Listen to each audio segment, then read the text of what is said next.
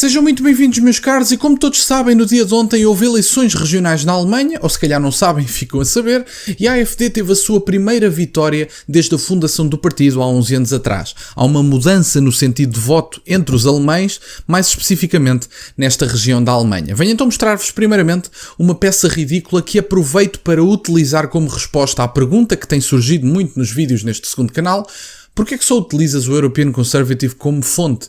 Bom, se vocês me conseguirem arranjar uma fonte que não espalhe propaganda mentirosa, como é utilizada pela SIC Notícias, pela CNN e por outros meios de comunicação, alguns deles internacionais, eu fico à espera da vossa sugestão e em que os partidos de direita, desta nova onda de direita, não sejam apelidados de extremistas.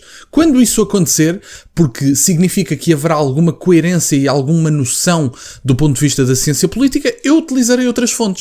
Peço-vos então sugestões nos comentários para fazer essa utilização. Terei todo o gosto em utilizar outras fontes. Quer dizer, não chamem extrema-direita a um partido que é única e exclusivamente de direita, no limite, direita radical. Vamos então ver aqui esta notícia, esta peça ridícula da SIC Notícias, em que é dito, e vejam a associação completamente ridícula que é feita: extrema-direita alemã consegue primeira vitória desde a Segunda Guerra Mundial. Portanto, meus caros, vocês, a peça é toda ela ridícula, vocês conseguem ver, pronto, depois é a questão dos dados que são objetivos e não precisam de nenhuma opinião, mas vocês conseguem ver que, se lerem esta peça, vocês vão ver uma associação clara, triste e eu diria mesmo criminosa, entre um partido que não tem qualquer ligação ao nacional-socialismo, pelo menos neste momento, quer dizer, podem até haver algumas raízes ou alguns militantes, digamos assim, que até tenham afinidades, mas quer dizer, também há no Bloco de Esquerda militantes trotskistas, o próprio Augusto Santos Silva está no Partido Socialista e tinha raízes radicais. Se nós podemos dizer que o Partido Socialista é um partido radical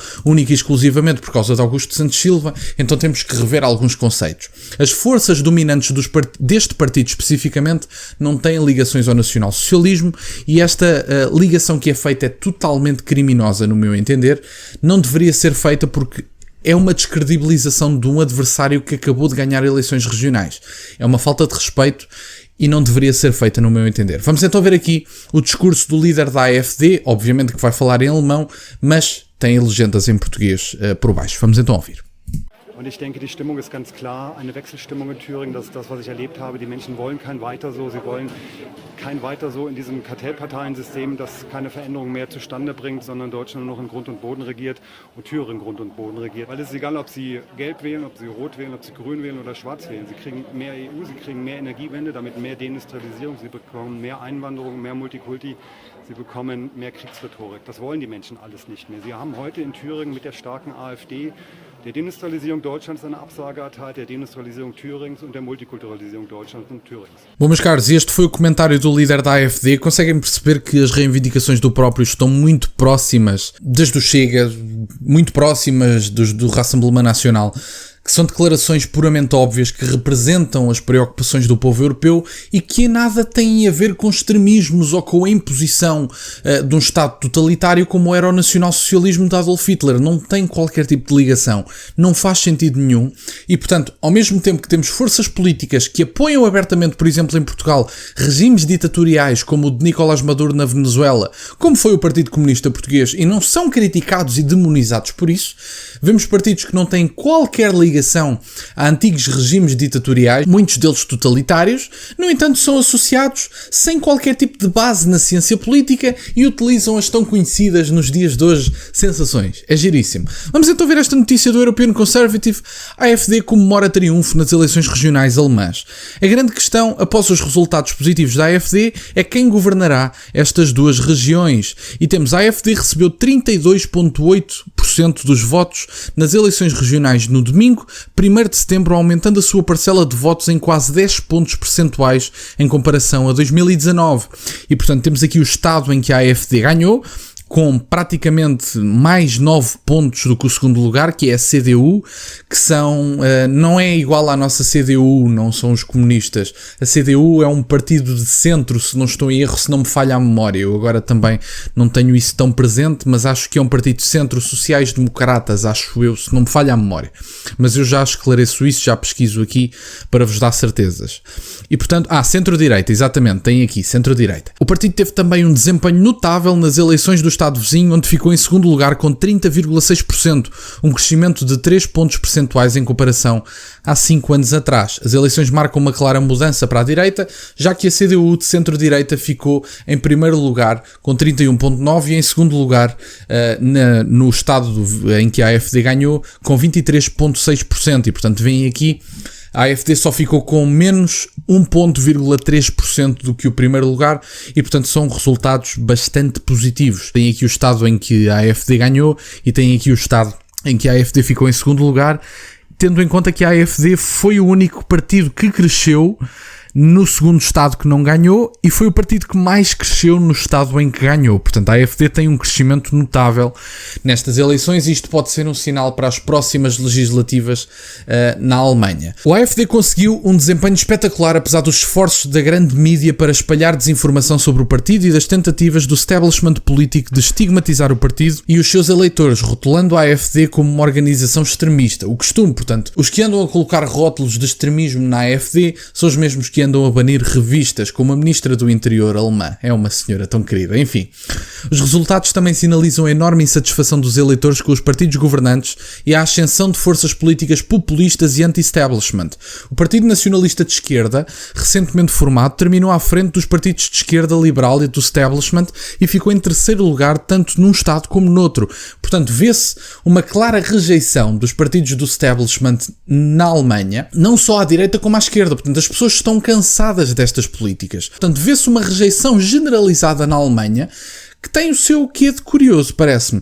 Os partidos da coligação Semáforo, não sei, deve ser uma tradução direta, em Berlim, sofreram perdas embaraçosas. Os sociais-democratas obtiveram 7,3% dos votos num estado e 6,1% no outro. Os verdes terminaram logo acima do limite com 5% necessário para entrar no parlamento de um, mas não entraram no segundo parlamento com 3,2%.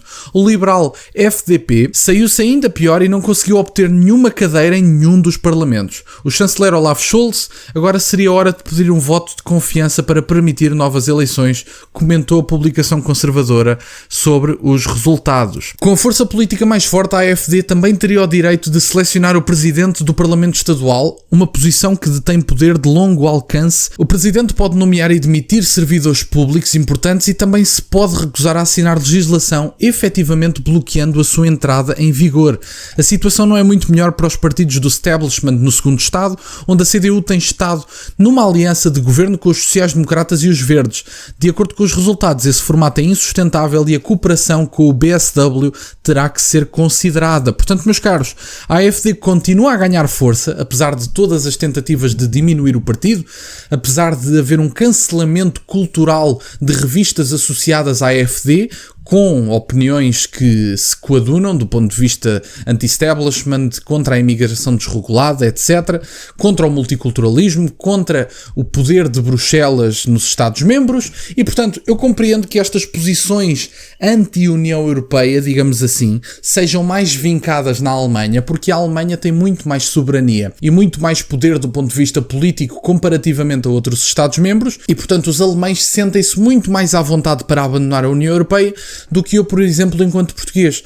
Porque é triste, mas é verdade, enquanto país independente, Portugal não se aguentaria sem os fundos europeus. Ao contrário da Alemanha, que não precisa tanto da União Europeia como nós. E, portanto, estas opiniões também se tornam mais vincadas e também se tornam mais proeminentes no discurso e no espaço público por causa da potência do país. A AfD, como está num país que é muito mais capaz individualmente do que Portugal, consegue ter uma narrativa muito mais forte e sustentada de anti-União Europeia do que Portugal.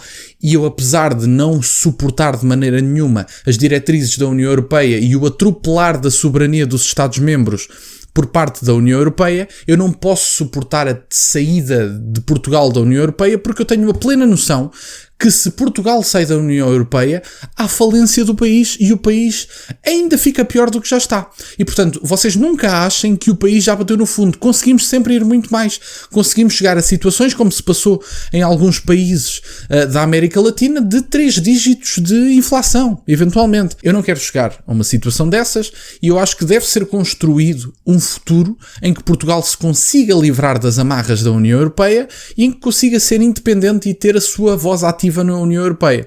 Não gosto de subserviência e mais, também gostava que fosse construído um futuro em que a Europa não recebesse nem influência dos Estados Unidos, nem da Rússia, e em que a Europa começasse a exercer a sua própria influência. Nós não precisamos de nenhuma das potências mundiais que exerça qualquer tipo de influência, porque a Europa tem uma história milenar, tem cultura, tem política, não precisa de influência de lado nenhum. Eu acho que a Europa tem que se dar ao respeito, principalmente.